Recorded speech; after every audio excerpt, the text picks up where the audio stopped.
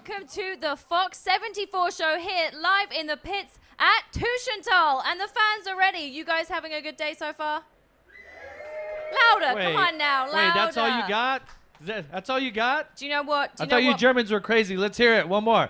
Do you know what No? the one thing that will make them loud is our guest that we've got on the show.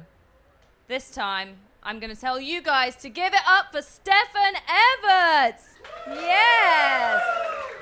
Wow, Stefan, it's so great to have you here. That's pretty good. That's pretty good. I'm happy with that. They need to warm up a bit more, be a bit louder, but it's okay. Not enough beer yet, maybe. Oh. Yeah, it's too early in the day. Give it a little bit, another couple hours, that 80 degrees sun. Full on. Yeah. No, about an hour ago, I saw 4 guys with empty beer cans, so I think they are on it, just not right here.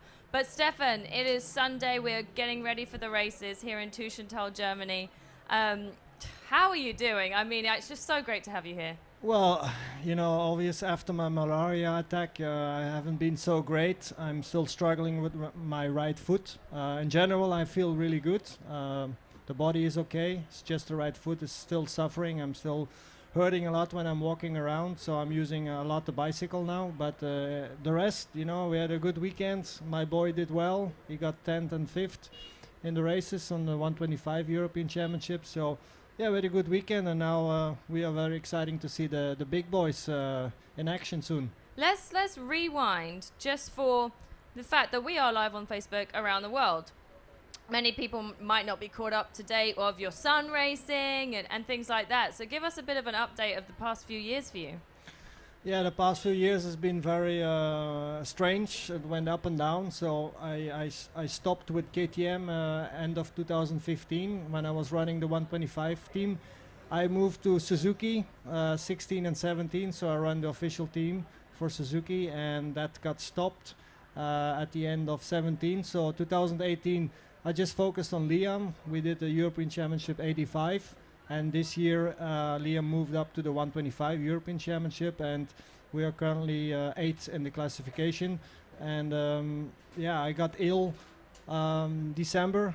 I went to Congo in November, and I got ill beginning of December. So I was in a coma for about 2 weeks. I was on life and death situation. I got through it, and I'm still recovering from that. And beside that, yeah, my son Liam is racing. And yeah, we try to focus as much as possible with him and his racing. But it's not just racing. I mean, You've got a lot going on here. this right here is another industry which it's my favorite. I'm just gonna keep this here with me. You're English, so you definitely love your gin. But look at this gin. So tell us the story. Yeah, tell us about S72. Yeah, I got it right this time. S72 gin. Yep. So if you want to tell us how this came about. Well, it's a really long story, you know. After a TV show I did many years ago, I got in contact with gin, and I started to collect gins. I started to read a lot about gin, about the books. Drink gin, test, you know, collect bottles, and try to find the right tonic with it, and so on. So it was an interesting journey, and then I've met the wrong people at one point. So they had a distillery near my home in Belgium, and they explained me how it works to make our own gin, and I said, yeah, I want to go for it. So we start sampling. I start to give them the ingredients that I want, how it should taste, and we've been sampling for a few months, like 2-3 months, till I find the taste that I wanted. And we got 9 botanicals inside, and one of the main tastes you will taste is the violet taste. Hence the purple. Yeah, purple that's why colors. I choose the purple bottle with the purple glasses, and I just call it S72 gin. Well, all throughout your lifetime, I have a feeling that you've always been a very determined man, and I feel like that you're using this same determination with this new business venture. So how far do you see this going? Is it more of a hobby, or are you thinking, hey, it's getting some traction, this is something maybe in the future would be a business more than just a hobby? Well, it started off as a hobby, and yeah, I started up a web shop. So you can go to s72.com and there you can order a bottle. I even made a vodka with the same taste. I got a collector box with 2 glasses and a bottle. It's all on the website. You can also make cocktails. So I've made some special cocktails with it. But it started off like a hobby, and if I could make some good business with it, why not? But I don't have to. That's awesome. I'm really excited about I know this. you can have that bottle, but you have to wait till after the show. I'm just gonna have a look. So let's. We've talked throughout the weekend. You know, your father Harry was a 4-time world motocross champion. You won 10 times. Tons of accolades and records and all this, but now your attention is on your son, and so who had a fantastic race this weekend, but especially this morning, he was 5th in the 125 European race. What is that like to now be not be on the bike, but to be supporting him, and then also it being your son? So it's not like before when you were working with KTM or with Suzuki, where it was some other rider, somebody Not else's family. son, but this is your boy that's out there. Is it different that it's him, or is it still the mindset of like, we need to do this, this, and this, we're looking for the best result? Well, I try to be a better version of my dad. My dad has been very tough on me, and it's not an easy position for me, but even also for Liam, to be a a third generation in our family, to be racing and to step in my boots is not an easy thing to do. But his passion is motocross, and he loves it. So I'm giving the best support I can, and try to be as supportive as possible, and that's not always easy because I'm a very, very determined person. I always want to be the best and win, and I want also my boy to be the best and win. So sometimes we got some difficult conversations, and there's some heat going on after the races, but today I was a very satisfied dad, Proud dad. He was very proud that indeed, he had a really bad start position on the gate, and he made an awesome start. He was top 6, and he finished 5th. So he was very smart riding, and he's still young. He's 14 years old. He's still small. Still needs to build up and get a lot of experience still. But sometimes I want him to be faster. Yeah, but we have to put it into perspective. So he's a 14-year-old in a class that is 14 through 17. And of course is going to mature, grow, be stronger, fitter, wiser, all of that. So this is his first year for him.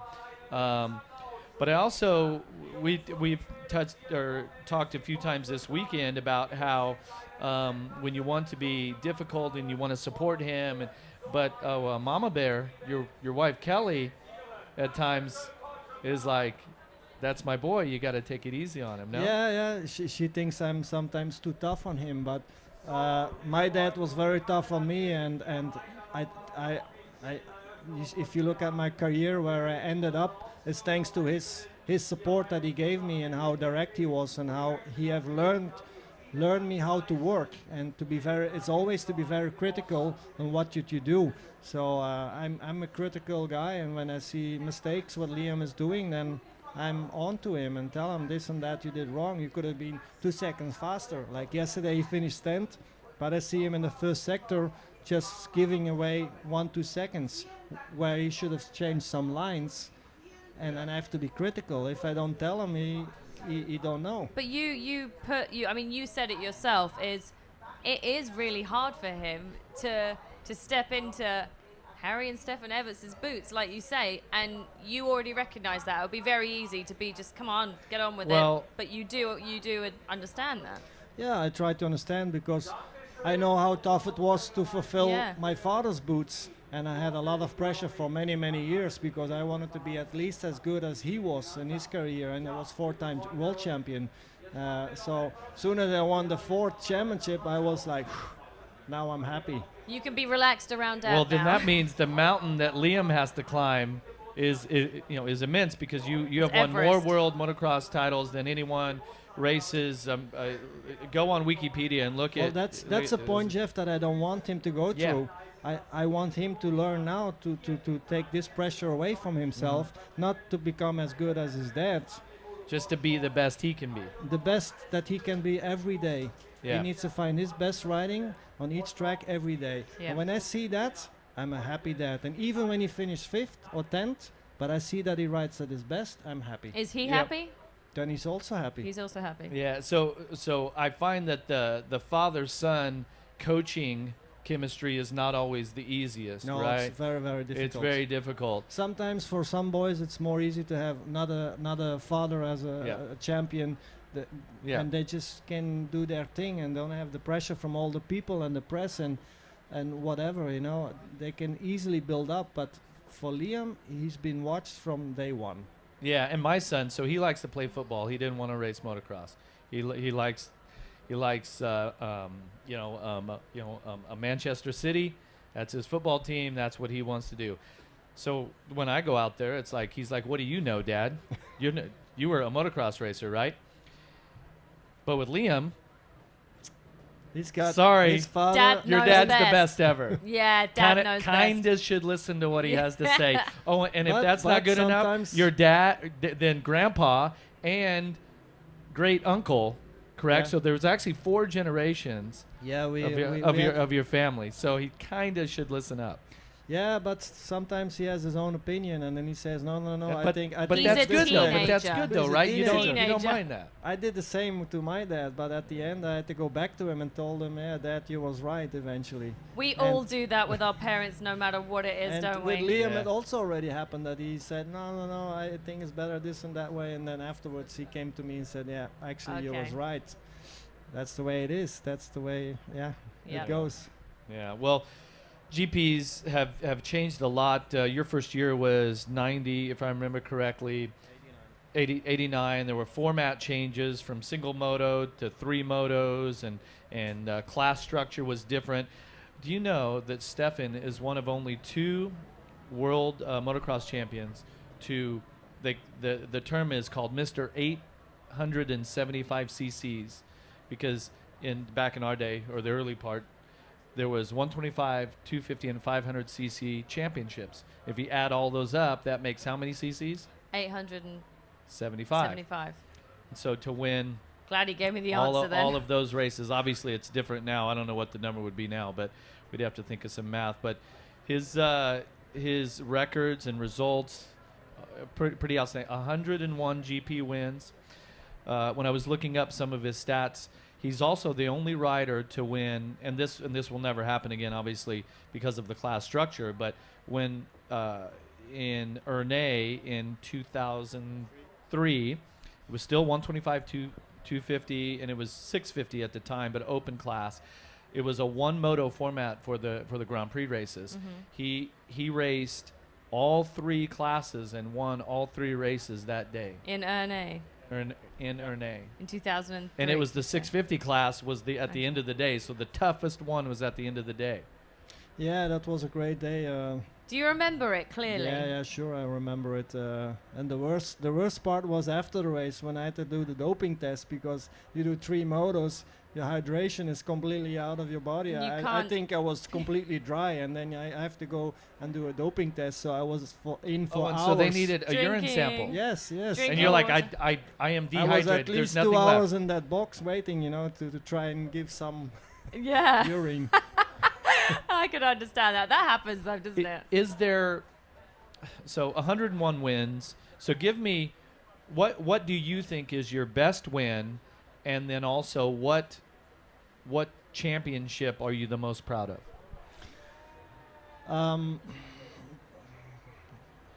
Yeah, one of the best wins was of course Arne to win 3 motos in one day. This is something I That didn't is- expect. I wish I was there I for didn't that. expect to do that, and it happened, and I was like, it's impossible. It's like having a dream today, at the end of the day. So, but there was one particular race in Namur. I think it was 2004. It was a muddy condition, and the track was one-lined. It was impossible to pass. And I made a small crash in the beginning. I dropped back to 8th position, and then I was screaming under my helmet, and I said, "Must be a place to pass. There's always a place to pass on the track. You just gotta find it. Determination. Till I find it, and it was the toughest part of the track before you drop down the hill. So you have a quite fast right-hander, and then you go into the brakes, and then you turn and go straight down, and that's the point, the place where I find it. And I knew every lap. I said, "You're the next one I'm gonna take," and just one by one. So eventually I finished second, and this was such a great feeling just to dominate the field out there. And knowing I'm gonna get you next I time. love And so that. that's what's interesting, right? And I think we all, as riders, we have that. So he didn't win the race, but he feels like that maybe was his best race. Yeah. But yeah, I It's the same understand thing what Antonio Carrioli did a couple of years ago in Arco. He also found that turn where he made a pass every lap. It was the exact same thing what I did on Namur back in 2004. But it's just that feeling what is It's undescribable. pure confidence. is the- Pure confidence. is there a championship that you're most proud of out of your 10 world titles? Well, all championships have some meaning to me, but you know, the 10th winning in my before my own crowd in Namur in 2006. I had to win so many championships to finally win one in Belgium before my fans, and this was incredible because Namur is one of the toughest tracks on the world, on the planet.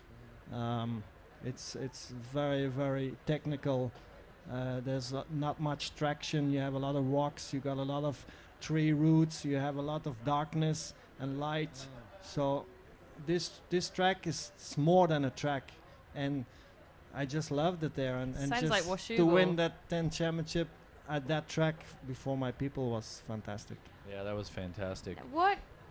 Obviously, the years of you riding is probably the biggest development period of time in bikes, in the championships, in the teams, in the trucks that we have to race in. All of that. From when you first started racing to today, what's the biggest changes that you see, and what's your opinion on how racing has evolved and changed so much? Well, in general, the racing got more popular. It got more professional for sure. When you can look at the races on internet, you can follow everything, all the races. But tracks got changed. They got a little bit bigger, smaller, more jumps. Some tracks are more faster, less technical than the past. In the past, More preparation. more preparation. In the past, they would leave the track and just put some water on, and Go. you have to make your own lines out there, which was also quite good for me. I think sometimes it's too much preparation, Yeah. and some places need it because we need safety. Safety is the most important thing, and Yeah. I think when the bulldozers are out there, they need to make sure that the safety is high as possible for our riders. Yep. Lately, we got a lot of injured riders, which is not good. We need to see that less. And you think that's within the preparation and I'm not saying it's that preparation. I think some riders was also not fully fit and they got injured Yeah. again. So there's also a reason. That's the problem of the rider himself. Yeah. It's not the problem of the track. Yeah. But also, if you look at the paddock now, it's got so much more bigger and professional. There's much more to see for the people than just racing out there. If Yeah. they walk through the paddock and you see the trucks and the team setups and the riders. And the it's- Fox it's- 74 show. Yeah, they're obviously. always there, and Fox is there. You know, it's great. Would you ever have the ambition to own a team or manage a team again in the future, or is your focus now is to support your son Liam, and then your daughter also is in Gymnastics. That has to take up a lot of time too. Well, you know, she's doing gymnastics, and it's not the same like with Liam. With Liam, we go out and ride, practice, and you're there taking lap times. But with Miley, we bring her to the club. She does the training, and I pick her up.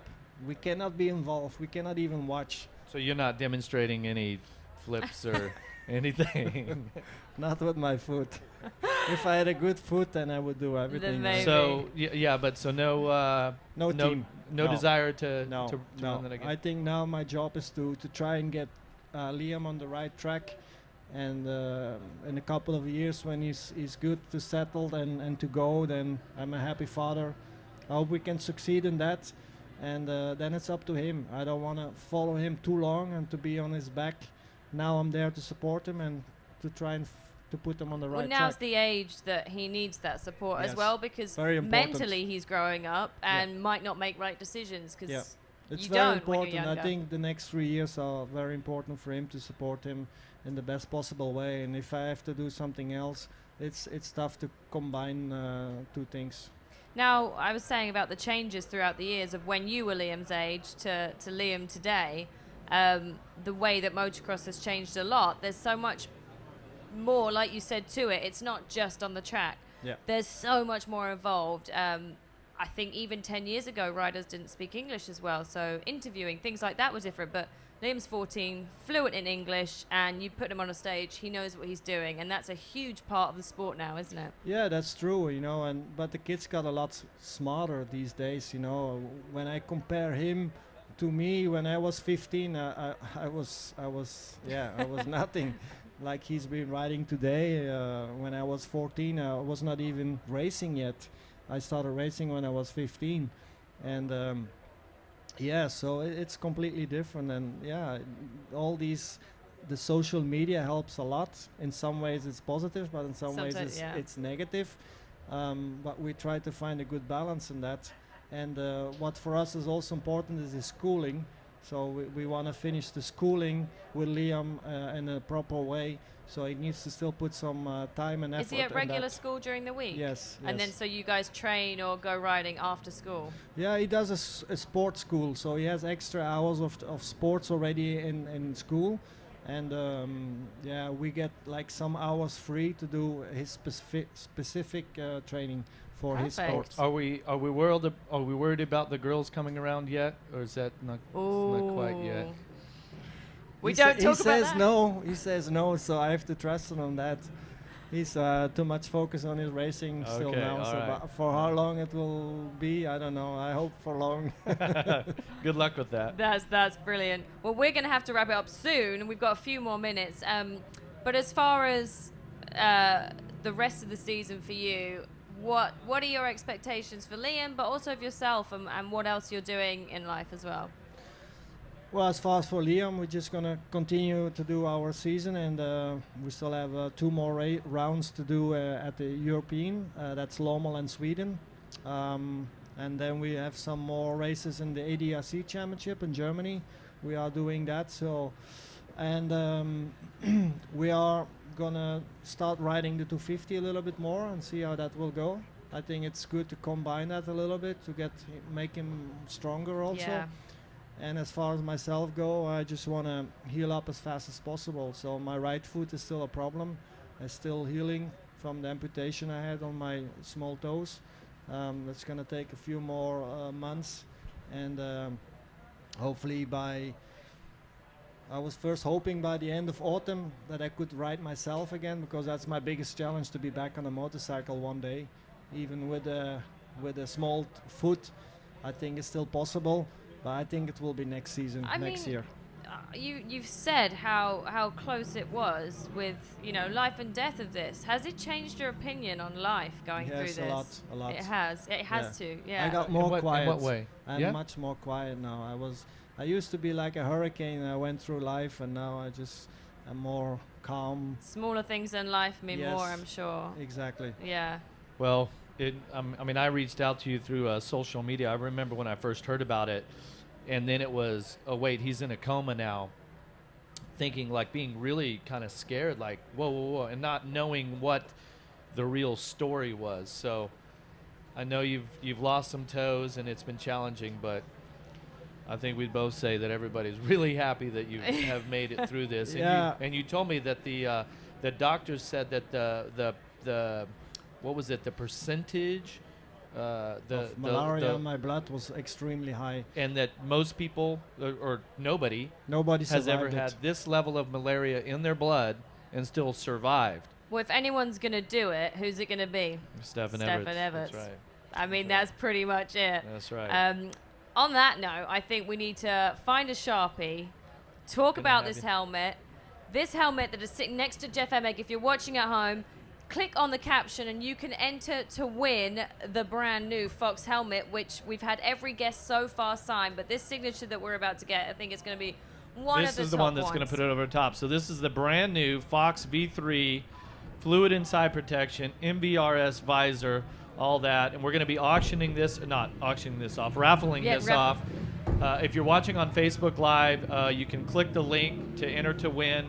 There are people here live at Tuitiontal filling out cards, entering to win. And now we're going to have the legendary Stefan Everts give this thing a sign. We're going to have you sign it right up here on the visor. We got Tim Geiser on one side, and you're on the other. Dusty. Yep. Yeah. That's right, the best spot. Perfect. Yes. So enter to win on that competition, and like we said, we've been in Massery Basin, St. Jean d'Angely. That was awesome. That was great. Tuitiontal pronounced.